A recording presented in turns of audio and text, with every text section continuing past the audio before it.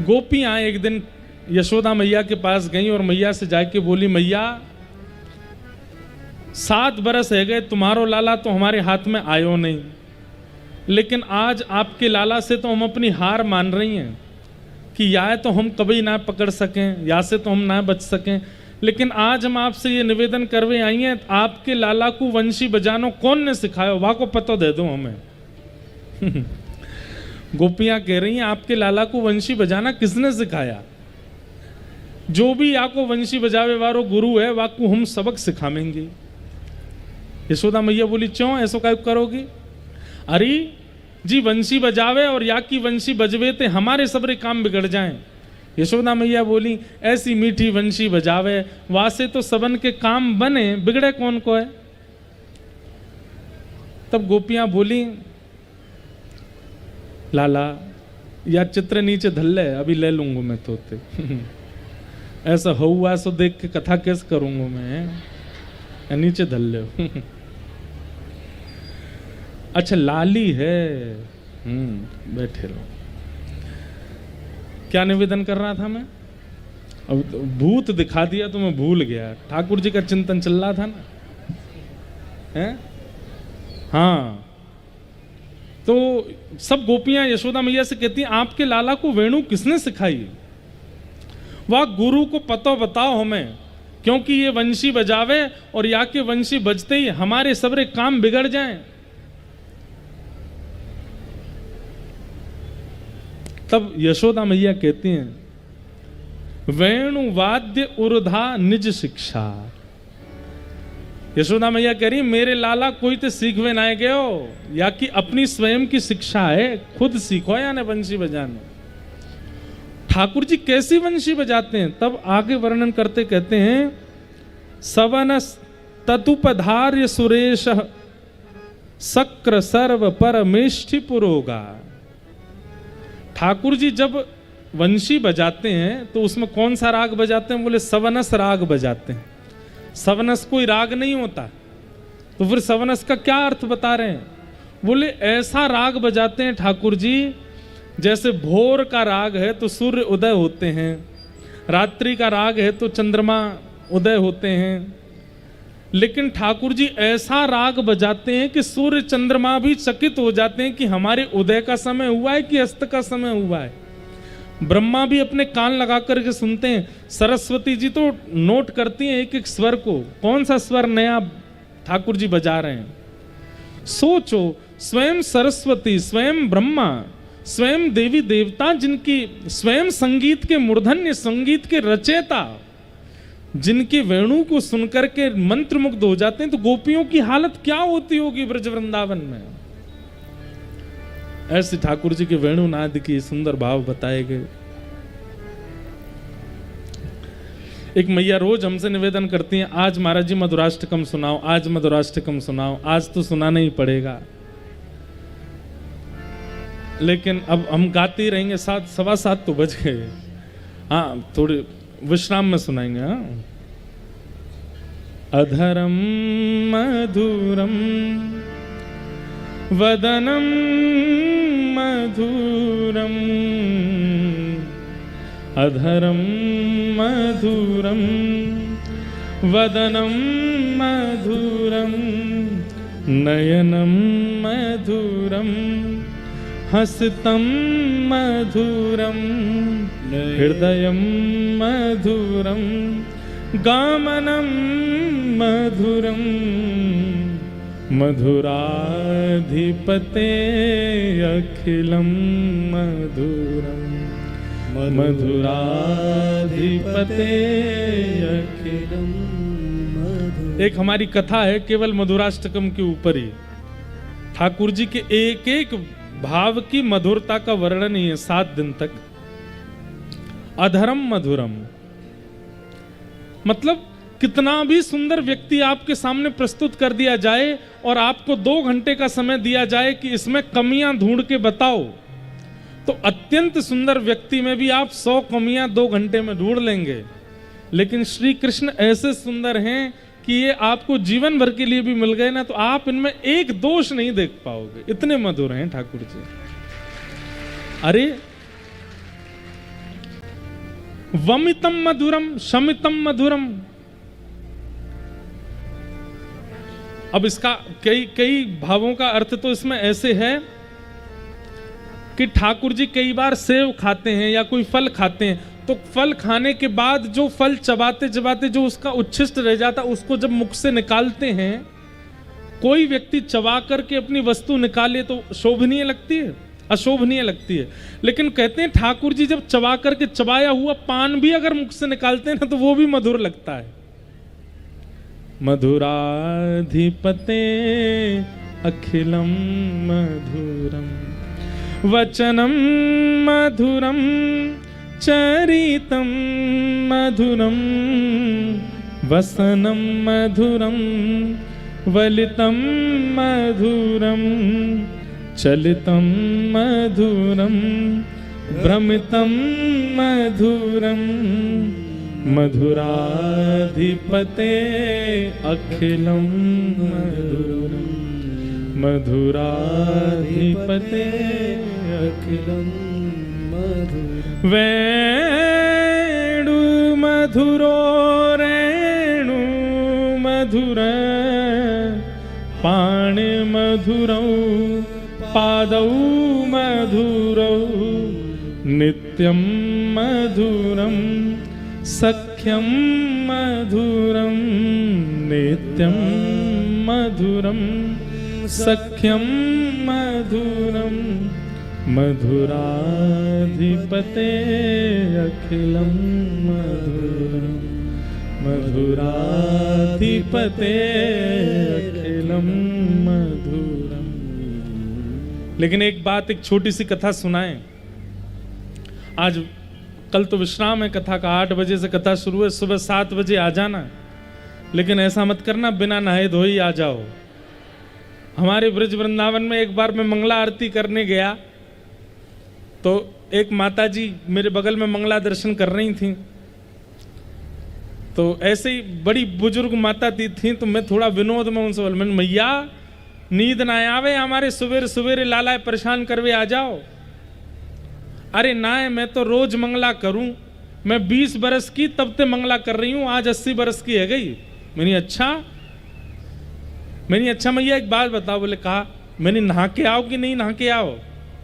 तो मैं तो बोली मैं तो नहा के आऊं, ऐसे ही आ जाऊं, उठ के सीधे अपनी आंखन ने मीड़ के साड़ी पहन के आ जाऊं।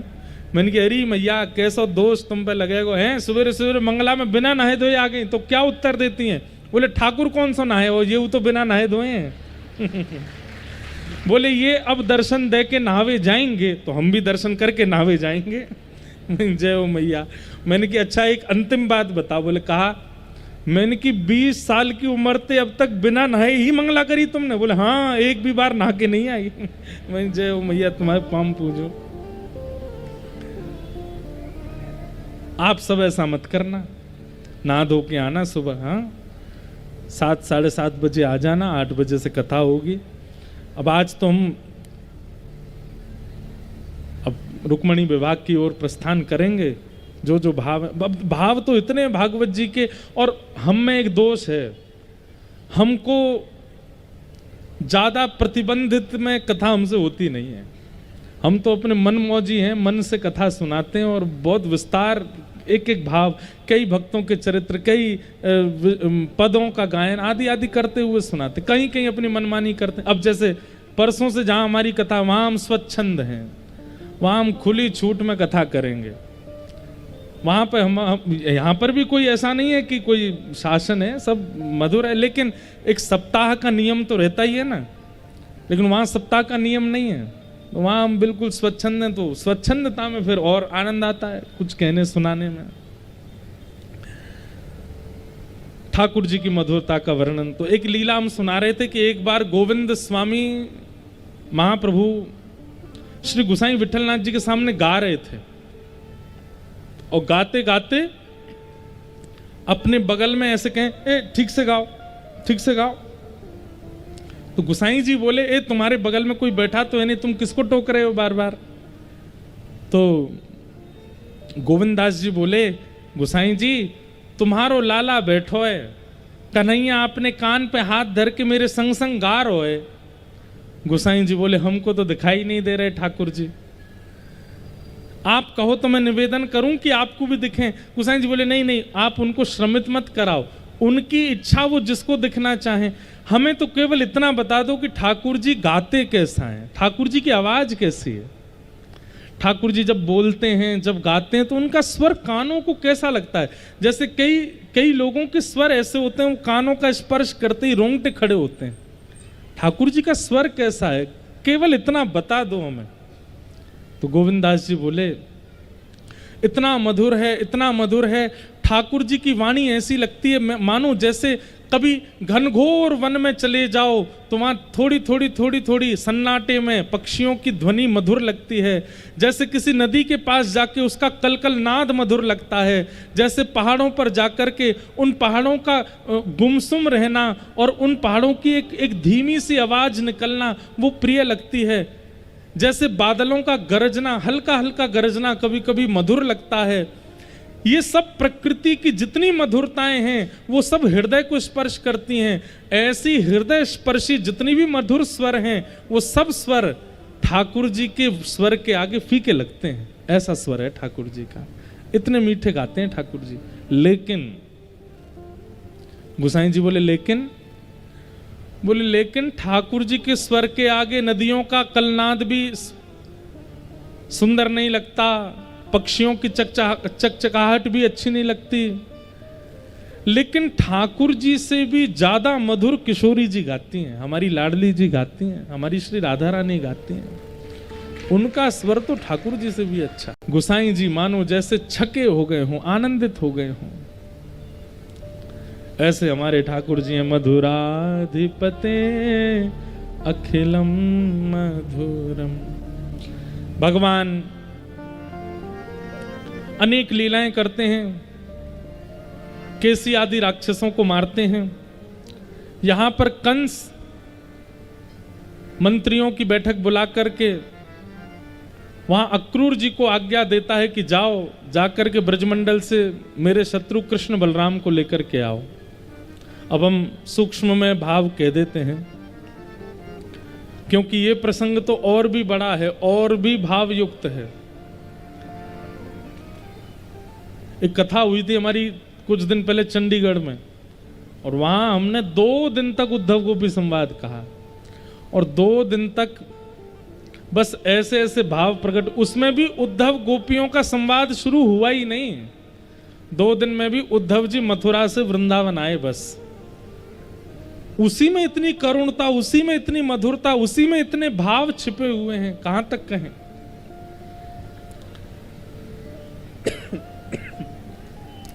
अक्रूर जी महाराज वृंदावन आए और वृंदावन से ठाकुर जी और बलराम जी को लेकर के मथुरा आए। ब्रजवासी सब रोते विलकते रहे, ठाकुर जी से कहते रहे कब आवेगो लाला। ठाकुर जी बोले मैं परसों आ जाऊंगा, तुम चिंता मत करो, मैं परसों आ जाऊंगा। और परसों का आश्वासन देकर के भगवान वर्षों के लिए चले गए। मथुरा जाकर के ठाकुर जी ने कुबल्या-पीड़ हाथी का वध किया। शंकर जी का धनुष वरदान में मिला था कंस को, उस धनुष पर प्रत्यंचा चढ़ा करके ठाकुर जी ने उस धनुष का भंजन कर दिया। क्योंकि कंस ने वरदान मांगा था कि मैं अमर हो जाऊं, शंकर जी ने धनुष दिया। बोले इस धनुष को नारायण के सिवा कोई तोड़ेगा नहीं, और जो तोड़ेगा वो तुझे छोड़ेगा नहीं। जब तक ये धनुष सुरक्षित है तब तक तू सुरक्षित है। भगवान ने आकर के 11 वर्ष 56 दिन के हैं ठाकुर जी। कितने? 11 वर्ष 56 दिन। और ठाकुर जी ने आकर के एक भुजा से धनुष उठा करके 1 बार 2 बार 3री बार प्रत्यंचा चढ़ा करके जैसे ही खींचा, धनुष बीच से टूट गया। कंस को आवाज आई जोर की, बिजली कड़क रही है पृथ्वी पर, जैसे मानो भूकंप जैसी स्थिति हो रही है। कंस को पता चल गया कि धनुष टूट गया।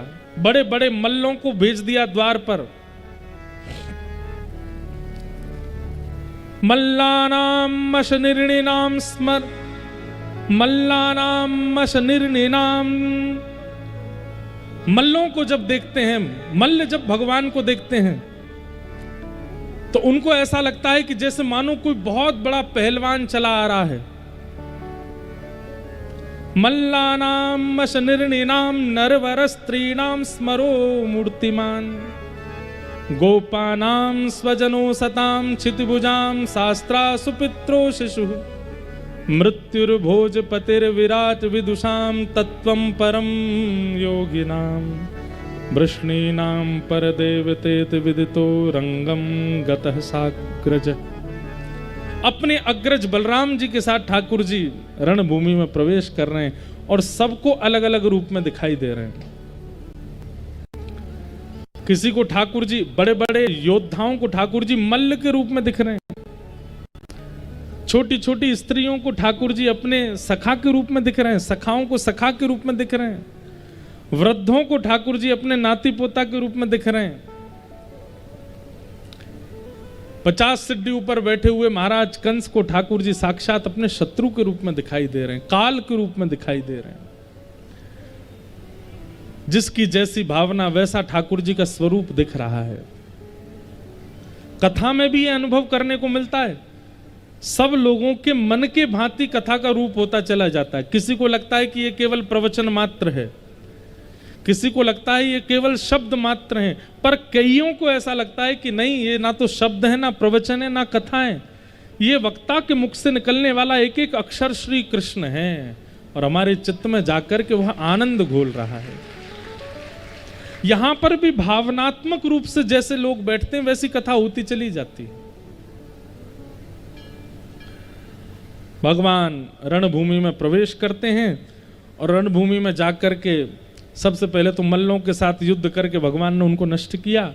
50 सिड्डियों पर बैठे हुए महाराज कंस के पास पहुंच गए, एक हस्त प्रहार से उनका मुकुट दूर फेंक दिया, केश पकड़ लिए, दोनों भुजाओं से कंस को अपने भुजाओं में धारण कर लिया और देखते ही देखते ठाकुर जी ने कंस को जैसे ही पृथ्वी पर पटका, गिरते ही कंस के प्राण निकल गए और पूरे मथुरावासी जय जयकार करने लगे, बोल बाल कृष्ण लाल की। भगवान ने कंस का वध किया। मथुरा के लोग अब भय मुक्त हो गए। ठाकुर जी को लेकर के उछालने लगे, अपने कंधे पर लेकर के नाचने लगे सब मथुरावासी। ठाकुर जी तुरंत उतर करके सबसे पहले कारागृह में गए और वहां जाकर के अपने माता पिता देवकी और वसुदेव को मुक्त किया। देवकी मैया ने ठाकुर जी को 11 वर्ष 56 दिन बाद आज पहली बार देखा। छोटे से लाला गए थे, कुछ क्षणों तक ही देखा था, उसके बाद चले गए थे। अब 11 वर्ष 56 दिन बाद जब ठाकुर जी आए तो देवकी मैया देख करके जैसी गोपी की स्थिति हो जाती है ठाकुर जी को देख करके, उनकी रूप माधुरी, उनकी मधुर माधुरी, उनकी चाल माधुरी, उनकी वचन माधुरी, सब पर मानो जैसे न्योछावर हो रही हैं। देवकी मैया को विश्वास ही नहीं होता, ये मेरो लाला इतना सुंदर, और फिर बाद में सोचते ये मेरो ही लाला है, तुरंत हृदय से लगा लेते हैं। भगवान ने अपने नाना उग्रसेन को राज्य गद्दी पर बिठाया, कंस के पिताजी को, और फिर ठाकुर जी सांदीपनि उपाध्याय के यहाँ अध्ययन करने के लिए गए। वहीं ठाकुर जी को सुदामा नाम के मित्र मिले। कुछ वर्ष अध्ययन करने के बाद ठाकुर जी वापस आए।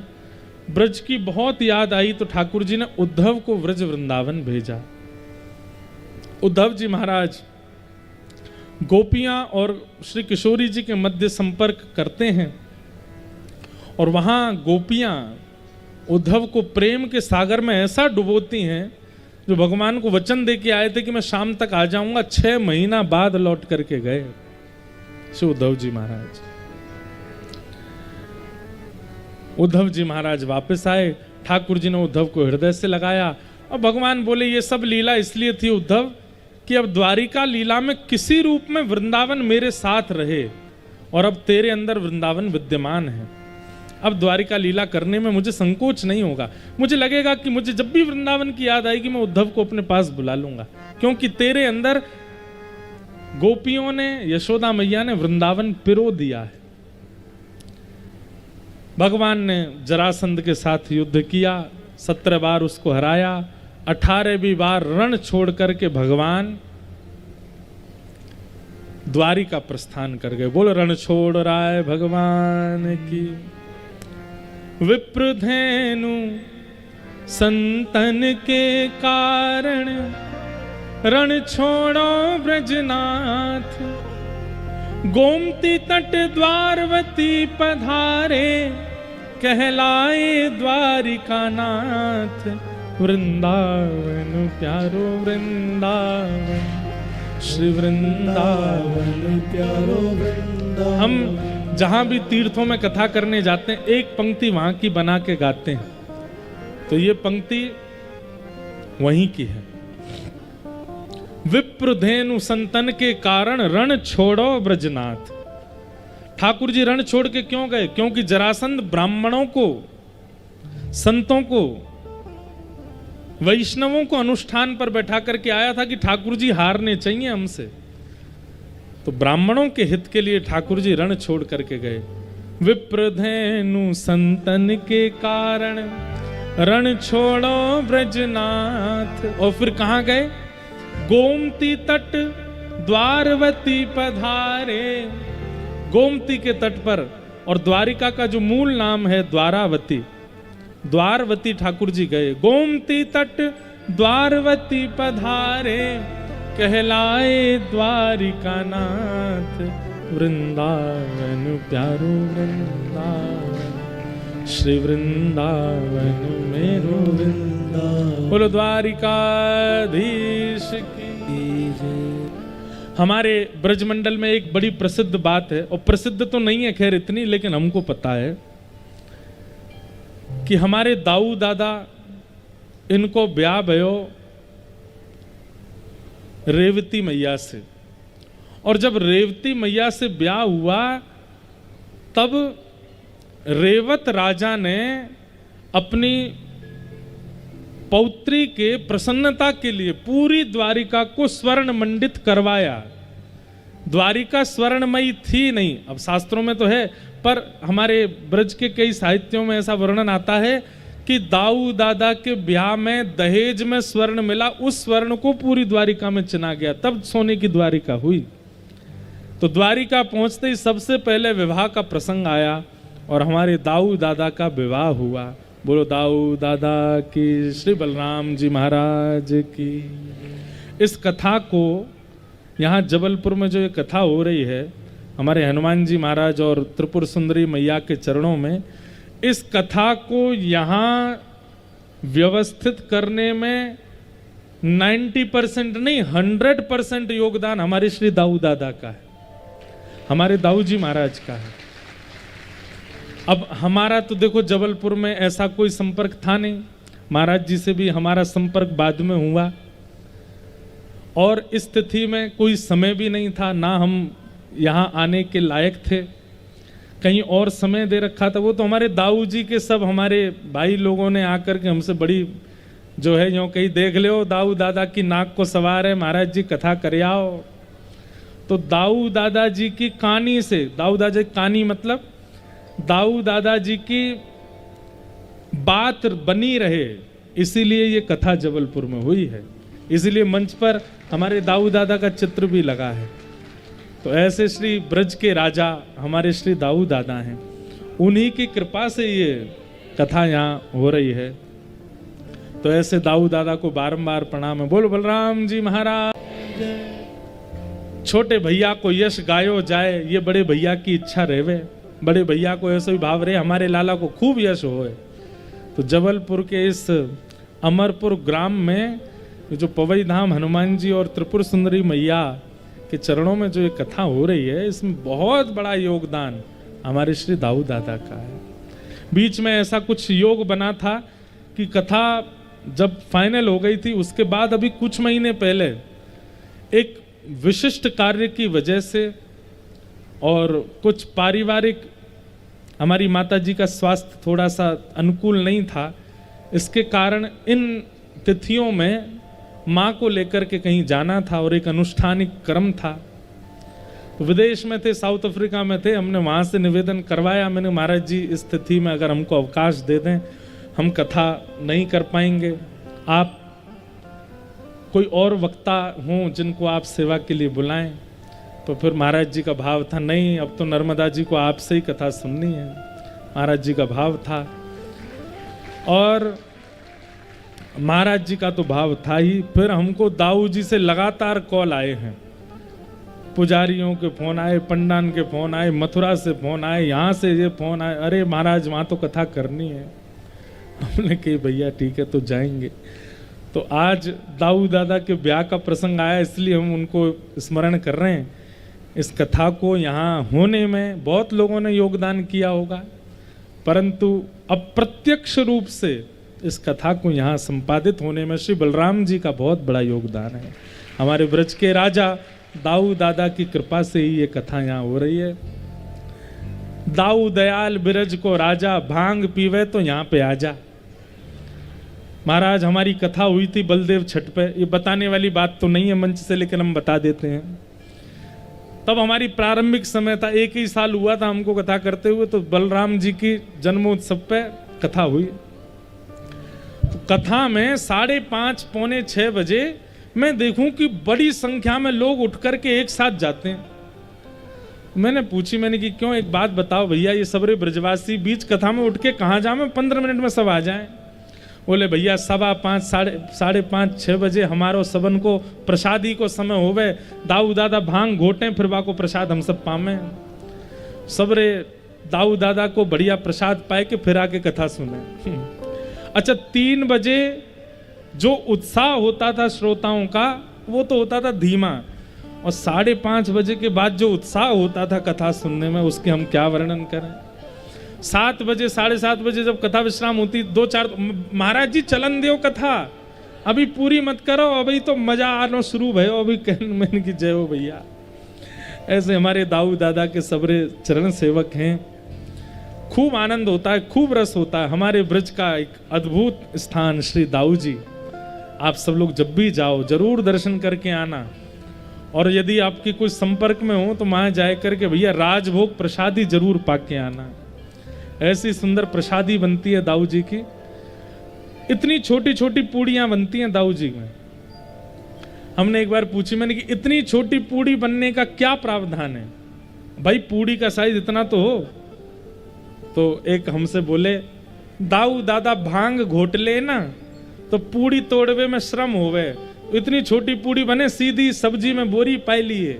मैंने कहा वाह भैया जय हो। ऐसे हमारे दाऊ दादा हैं। बासुंदी खीर ऐसी बनेगी कि महाराज होठ चिपक जाएं, इतना तो दूध नहीं होता उसमें जितनी चीनी पड़ी होती है, लेकिन दाऊ दादा को प्रसाद है। ऐसे हमारे दाऊ जी को हम बारंबार प्रणाम करते हैं। दाऊ जी का विवाह रेवती मैया के साथ में हुआ। बोलो रेवती रमण भगवान की। नारद जी महाराज के प्रयास से अब भगवान श्री कृष्ण के ब्याह का समय आया। कौंडन्यपुर महाराष्ट्र के विदर्भ देश के राजा भीष्मक, उनकी पुत्री का नाम रुक्मणी। इतना सुंदर प्रसंग है कृष्ण रुक्मणी विवाह का, पर अब वो ये विस्तार में हमको बहुत समय लगेगा। लेकिन नारद जी महाराज ने कृपा करके, हाँ तो ले आए हो क्या प्रसाद? नारद जी महाराज ने अनुग्रह करके ऐसी योजना बनाई कि वक्ताओं की झड़ी लगा दी। वक्ता जा जा करके रुक्मणी जी को श्री कृष्ण लीला सुनाते हैं, और उन्हीं की कृपा से श्री किशोरी जी के चित्त में, रुक्मणी जी के चित्त में ठाकुर जी के प्रति प्रेम प्रकट हुआ।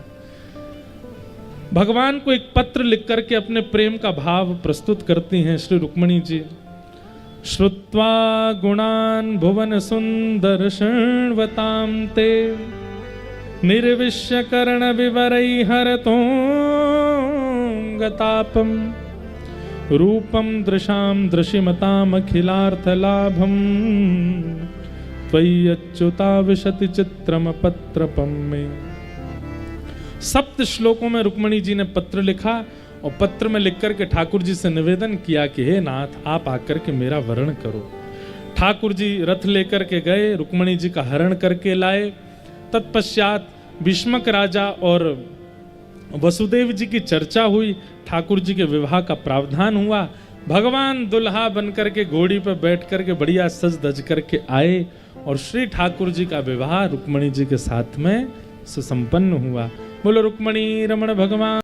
अच्छा, एक प्रसंग आता है कि रुक्मणी जी ने, प्रसंग तो बहुत हैं लेकिन एक सुनाते हैं। रुक्मणी जी ने ठाकुर जी से पहले ही कह दिया था, देखो हमारे कौंडन्यपुर में आपको कोई भी पसंद नहीं करता। मेरे को सब ताने देते रहते हैं कि ये तो कालो है, या कि पिताजी को पता ना है, या कि माताजी कौन है ये भी कोई जाने ना, कोई के देवकी को बेटा, कोई के यशोदा को बेटा। अरे कुल खानदान का पता नहीं है। कोई तो यूं के ये तो अजन्मा है या को जन्म ही ना भयो। कई कहते हैं आप काले हो, कई कहते हैं आप टेढ़े हो, कई कहते हैं आप ऐसे हो। इसलिए हमारे कौंडन्यपुर में आपको कोई पसंद करता नहीं है, इसलिए बारात लेके नाम भी कृष्ण नहीं आन दो। ठाकुर जी एक तो सुंदर और ऊपर से श्रृंगार करके जैसे ही आए कौंडन्यपुर, तो कहते हैं कि जब बारात आती है ना तो लड़की पक्ष की कुछ महिलाएं खड़े होकर गारी सुनाती हैं जमाई को। तो ठाकुर जी को गारी सुना रही थी। हमारे ब्रज में एक गाते हैं, मुकुट धर सांवरे रे लाला, दोए बापन के जाए, एक द्वारिका में बसे रे लाला, दूजे गोकुल राय। मुकुट धर सांवरे रे लाला, दोए बापन के जाए। गारी है।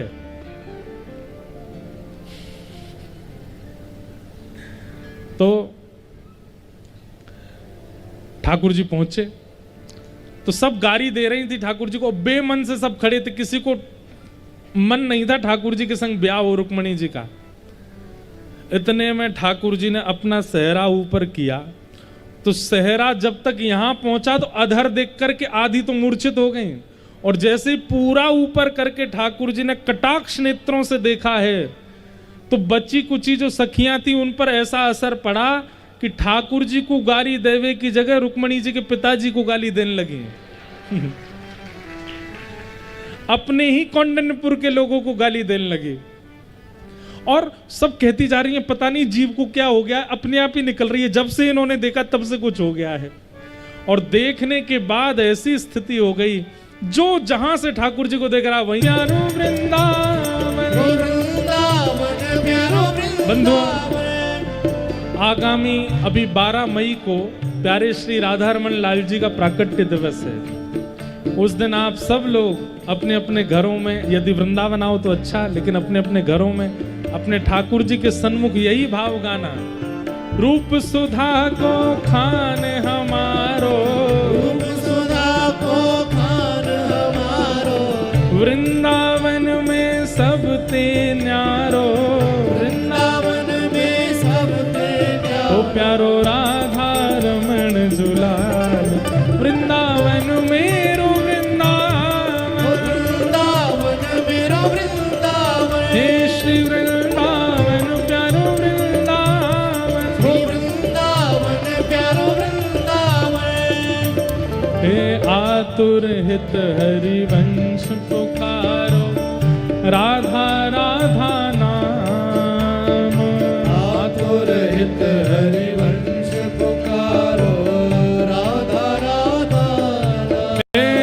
जय राधे राधे, जय राधे राधे, श्री राधे राधे, श्री राधे राधे, जय राधे राधे, राधे राधे, श्री राधे राधे, राधे राधे, जय राधे राधे, जय राधे राधे, राधे राधे, जय राधे राधे, आतुर हित हरिवंश पुकारो, राधा राधा नाम, आतुर हित हरिवंश पुकारो, राधा राधा नाम।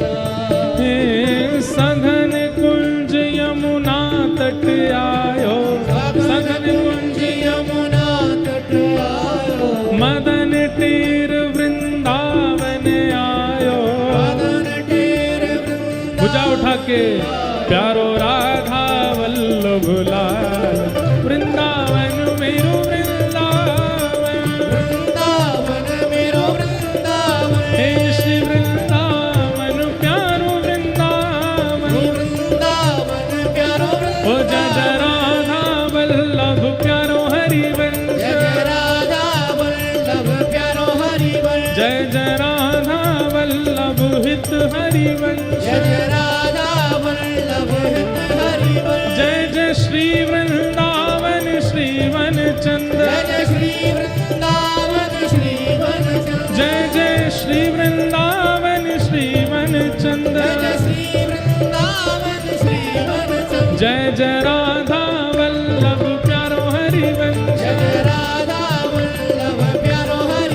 जय जय राधा वल्लभ मेरो हरिवंश, जय राधा वल्लभ जय जय श्री राधे, जय जय श्री राधे, जय